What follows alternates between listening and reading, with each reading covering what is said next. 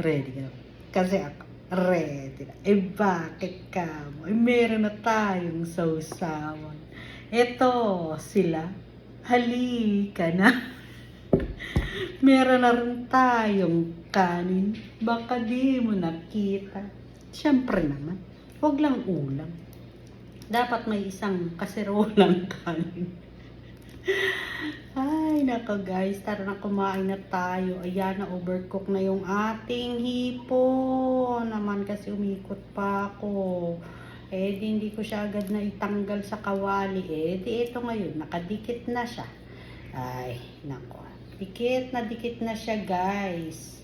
Sa kanyang balat. Hindi na matanggal. Dikit na dikit.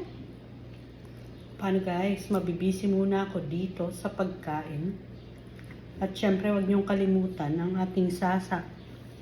Huwag ang ating grape vinegar. Paalam.